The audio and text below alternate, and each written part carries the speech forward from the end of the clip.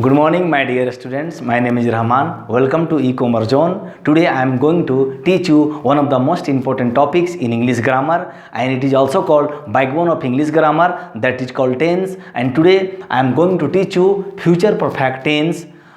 This is part 14th, ये आपका part 14th है और हम इसको डिस्कस करेंगे। इससे पहले मैं आपको थोड़ा सा बताना चाहता हूँ, ये हमारा ई-कॉमर्स जन है, काइंडली इसको लाइक करें, सब्सक्राइब करें और शेयर करें। शेयर कहाँ कहाँ करें, मैं आपको थोड़ा सा हिंट देता हूँ। फेसबुक में, इंस्टाग्राम में या कोई भी सोशल मीडिया है उसमें आप करें, लोगों तक पहुँचाए, ज़्यादा से ज़्यादा ये संदेश पहुँचाए। और अगर आप जो नए आए हैं तो काइंडली प्रेस करें बेल आइकन को, जिससे आपको लेटेस्ट वीडियोज आपको मिलता रहेगा डेली, कभी भी, रात सुबह, हमेशा 24 आवर आप लोगों को वीडियो अपलोड होता रहता है, कन्फर्म आपको मिलते रहेगा। चलिए without being delay we come back on subject matter.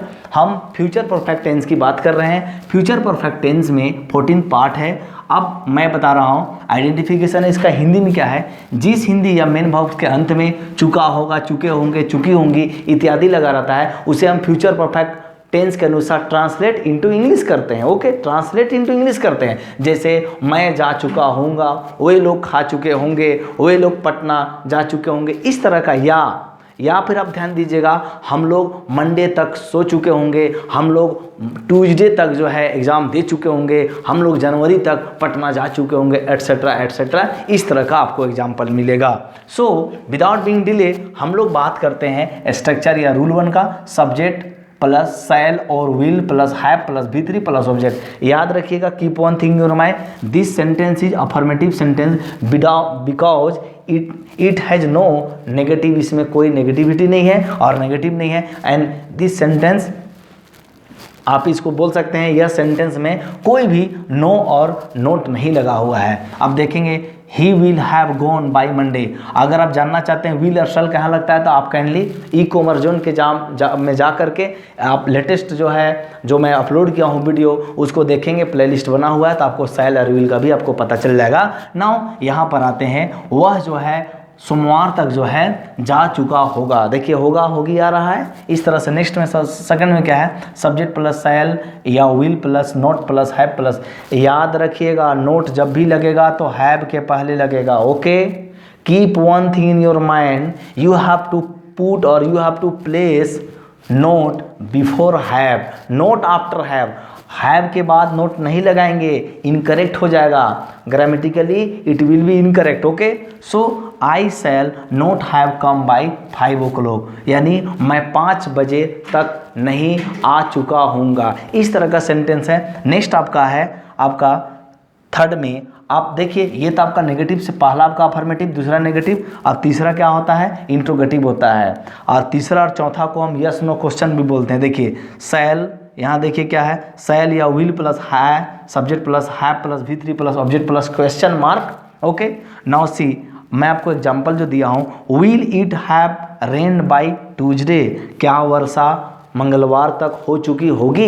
इस तरह का हम संभावना व्यक्त करते हैं फ्यूचर में, आने वाले फ्यूचर के लिए। इसको इंट्रोगेटिव सेंटेंस बोलते हैं। इसमें भी इंट्रोगेटिव भी 2 प्रकार के होते हैं, एक इसमें क्वेश्चन मार्क रहेगा, क्वेश्चन मार्क, और जिसमें नोट नहीं लगाएगा, लेकिन कन्फर्म है कि अगले में क्वेश्चन मार्क होगा। तो ये आपका इंट्रोगेटिव नेगेटिव कहलाता है। ये इंट्रोगेटिव सेंटेंस कहलाता है और इसको बोलते हैं इंट्रोगेटिव नेगेटिव। 4 में शैल या will plus subject plus not plus have plus V3 plus object plus question mark. अब इसका एग्जांपल मैं दिया हूँ, shall we not have finish the job by the time. By the time मतलब उस समय तक हम लोग इस काम को नहीं कर चुके होंगे। तो क्या होगा, तो शुरू हो जाएगा क्या हम लोग इस काम को उस समय तक पूरा नहीं कर चुके होंगे। देखिए, होंगे आ गया। ओके, तो ये मैं आपको बता रहा हूँ, ये आपका फोर्थ हो गया interrogative negative. Now fifth, WH plus shall या will plus subject plus have plus आपका नोट इसमें लगा plus V3 plus object plus question mark, ये WH क्वेश्चन आएगा। इसका मैं एग्जांपल लिखा हूँ, how will he have done it by tomorrow morning, वह कैसे इस काम को कल मॉर्निंग तक जो है कर चुका होगा। ओके, उम्मीद करते हैं आपको ये 5th तक समझ में आएगा। ये WH में आपका नो इसमें नहीं हुआ है, ये है कि why how will he have done it by tomorrow morning. देखिए, ये टुमारो मॉर्निंग है। ओके, और इस तरह से बाय ट्यूसडे है, बाई 5 o'clock है या बाई मंडे है, ये सभी याद रखिएगा।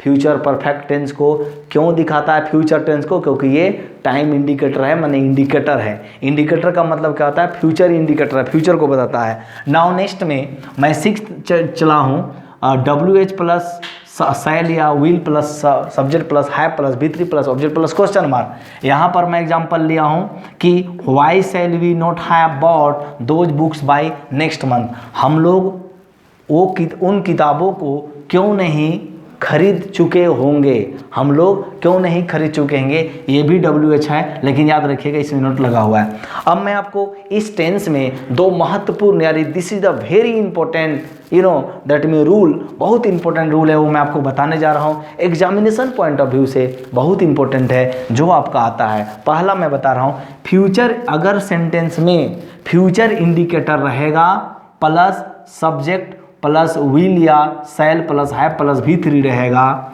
तो हमें याद रखिएगा यूज करना है इस तरह का स्ट्रक्चर। अब आपको इस तरह का स्ट्रक्चर समझ में नहीं आया होगा, मैं आपको बता रहा हूँ, देखेंगे। जैसे मैंने कहा कि फ्यूचर इंडिकेटर का माने क्या हो गया?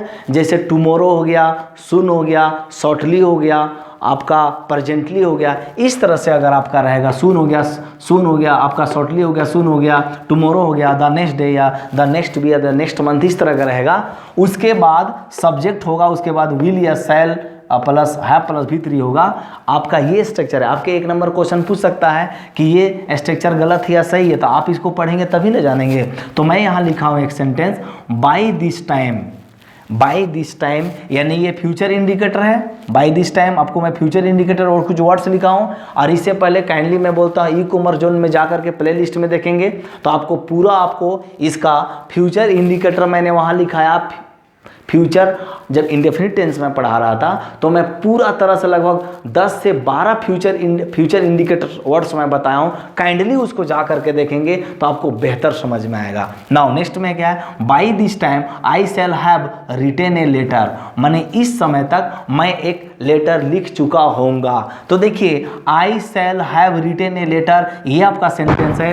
बाय दिस टाइम जो आपका है ये आपका होता है। तो इसलिए ये मायने रखता है क्योंकि ये बाय दिस टाइम यानी फ्यूचर इंडिकेटर है, प्लस सब्जेक्ट या आई हो गया, और शैल या विल लगाएंगे तो आई के साथ शैल लगेगा, प्लस हैव लग गया, जानते होंगे, प्लस V3 रिटेन हो गया, ए लेटर अदर वर्ड होता है या ऑब्जेक्ट होता है। ओके, नाउ अब देखेंगे क्या कि ऐसी स्थिति में नेक्स्ट में है आपका, ऐसे तो आपको बहुत सारा उदाहरण देख लेंगे। और नेक्स्ट में आपका है दूसरा, ये क्या है? जब दो कार्य हो रहे हो, याद रखिएगा, जब when 2 actions are taking place in future time, अगर 2 घटनाएं फ्यूचर में हो रही है तो पहला जो घटना होगा वो फ्यूचर परफेक्ट में होगा और जो दूसरा घटना होगा वो प्रेजेंट इंडेफिनिट में होगा। ये तो आपका कंफर्म है, बहुत ज़्यादा इंपॉर्टेंट ये वाला, खास करके दूसरा नंबर पर है। पहला नंबर भी इंपॉर्टेंट है, दूसरा नंबर भी इंपॉर्टेंट है, लेकिन ये VBI ये बहुत इंपॉर्टेंट है क्योंकि इसमें आपका कंडीशन वाला सेंटेंस होता है और कंडीशन बताने वाला सेंटेंस को बताने के लिए बहुत अच्छा से समझना होगा, खास करके concept. Please don't memorise anything. Grammar में या लिटरेचर में कोई चीज़ को मेमोराइज किया नहीं जाता है, और ग्रामर और लिटरेचर में कोई चीज़ का रूल नहीं होता है, जनरली रूल नहीं होता है, सिर्फ कॉन्सेप्ट को समझना होता है और टाइम प्लेस पर्सन यानी मूड के अनुसार उसका वो स्ट्रक्चर बदलता है। ये मैं आपको 10 से 15 साल का टीचिंग अनुभव मैं आपको शेयर कर रहा हूँ, ये मैं आपको बता रहा हूँ। कहता है कि जब 2 घटनाएं फ्यूचर में हो रही हो तो फर्स्ट जो एक्शन होगा should be in future perfect tense. अब देखिए, फर्स्ट में जो होता है वो फ्यूचर आपका परफेक्ट टेंस होता है, और जो सेकंड एक्शन होता है वो क्या होता है? सिंपल प्रेजेंट टेंस या प्रेजेंट इंडेफिनिट में होता है। अब जैसे कंडीशन वाले सेंटेंस होते हैं, याद रखिएगा इसमें कंडीशन वाले होते हैं, यानी conjunctions are used in this sentences. आपको कंजंक्शंस यूज होते हैं इस तरह के सेंटेंस में, in this sentences. Now next में क्या है मैंने यहाँ लिखा है, आप ध्यान से देखेंगे, ठीक है, कैसे होता है। She will have done the work before I come. देखिए यहाँ पर क्या है, ऐसे आप लोग कभी कभी बोलते होंगे, मैं जाऊँगा तो वो आएंगे तो मैं काम करूँगा, इस तरह इस तरह से जो है फ्यूचर में दो घटनाएं होती है, याद रखिएगा, इस तरह से फ्यूचर में दो घटनाएं होती है। लेकिन आपको ध्यान देना है कि यहाँ पर क्या कहता है, ये बिफोर जो है, यहाँ पर बिफोर आई कम है, ये आपका कंडीशन है, याद रखिएगा कंडीशन है। और ये टाइम को भी बताता है, टाइम समझिए क्लाउज भी है, टाइम को भी बताता है। तो ये कंडीशन भी है प्लस टाइम भी बताता है कि she will have done the work, वह इस काम को कर चुकी होगी बिफोर आई कम, मेरे आने से पहले। तो याद रखिएगा माय डियर स्टूडेंट्स, ये बिफोर आई कम दिया, यही आपका कंडीशन है और यही आपका सिंपल प्रेजेंट टेंस है। बिफोर के बाद याद रखिएगा यहाँ पर क्या होगा, आई होगा, उसके बाद वर्ब यहाँ पर वन होगा, वर्ब वन को भी हम प्रेजेंट इंडेफिनिट टेंस बोलते हैं, या वर्ब फाइव होगा। ओके, नाउ नेक्स्ट में मैं नेक्स्ट एग्जांपल दिया हूं, बाय द टाइम, याद रखिएगा बाय द टाइम क्या है, फ्यूचर इंडिकेटर है। Bye the time he reaches, याद रखिएगा ये बहुत इंपॉर्टेंट है, बहुत भी आया है। Bye the time he reaches, याद रखिएगा ही रीच नहीं होगा, ये रीच नहीं होगा। Bye the time he reaches I will have watch the movie, ध्यान दीजिएगा, आई will have, okay, I will have watch the movie, मैंने क्या आई के साथ विल लगा दिया, क्यों, क्योंकि मैं जरूर जाऊंगा।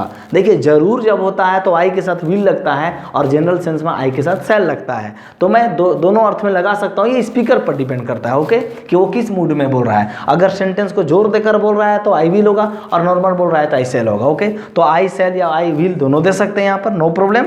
ओके, नाउ यहाँ पर क्या बोलता है, bye the time he reaches, यहाँ पर उस समय वो पहुँच जाता है, आई will have watch the movie. तो यहाँ पर क्या हुआ, अब मैं शुरू में टाइम क्लॉज को यूज किया हूँ या इस तरह का कंजक्शन क्लॉज को यूज किया हूँ, कंजक्शन इस तरह का यूज किया हूँ, तो याद रखिएगा ये क्या हो जाएगा, यहाँ बीच में कोमा होगा। और अगर मैं बीच में करता तो यहाँ पर कोमा नहीं लगता, ये तो आप जानते हैं, मैं पीछे वाला वीडियो बता चुका हूँ। तो यहाँ हुआ by the time he reaches comma I will have watch the movie, उसके पहुँचने से पहले इस तरह से हुआ कि मैं मूवी देख चुका होऊंगा। अब नेक्स्ट में मैं आपको एक उदाहरण दिया हूँ और आपको बताना है, एग्जाम्पल है, ये बताना है कि ये सेंटेंस गलत है, वेदर इट इज करेक्ट और incorrect. So you have to opt out of two correct और इनकरेक्ट ऑप्शंस आपको बताना है और कमेंट बॉक्स में लिखना है। मैं होमवर्क डेली देता हूँ। The patient will have died before the doctor come, आपको बताना है whether this sentence is correct और इनकरेक्ट, या ये गलत है या सही है। जैसे मैं आपको बता रहा हूँ कि ये करेक्ट और इनकरेक्ट आप कैसे देखेंगे, आप जो मैं आपको पढ़ाया हूँ, ये मैं जो आपको इधर रूल बताया हूँ उसको आप ध्यान से देखेंगे तो मैं बताया अभी मैं आपको थोड़ा बहुत हिंट कर देता हूँ कि जब दो घटनाएं फ्यूचर में घटती है तो आप जानते होंगे पहला घटना तो फ्यूचर परफेक्ट टेंस में लिखाता है और दूसरा घटना प्रेजेंट इंडेफिनिट टेंस में लिखाता है। तो इस तरह से ये सेंटेंस कहाँ गलत है कहाँ सही है, you have to find it, आपको देखना है। और जारी है अगला पार्ट में इसका तुरंत लेकर आऊँगा। प्लीज़ डोंट गो एनीवेयर, कहीं आप मत जाएँ, आप प्लीज़ बी विद अस, हमारे साथ बने रहे ई कॉमर्स जोन के साथ, आपको कहीं जाने की ज़रूरत नहीं है। आप इस वीडियो को पूरा देखें, उसके लिए बहुत बहुत शुक्रिया आपका, मैं तहे दिल से शुक्रिया अदा करता हूं। जो लोग मेरे चैनल को फॉलो कर रहे हैं, जो सब्सक्राइब करते हैं, उसको मैं थैंक यू बोलना चाहता हूं। आपकी सपोर्ट से मुझे प्रेरणा मिलती है, मोटिवेशन मिलता है और मैं डेली वीडियो अपलोड करता हूं। Thank you very much, have a great day.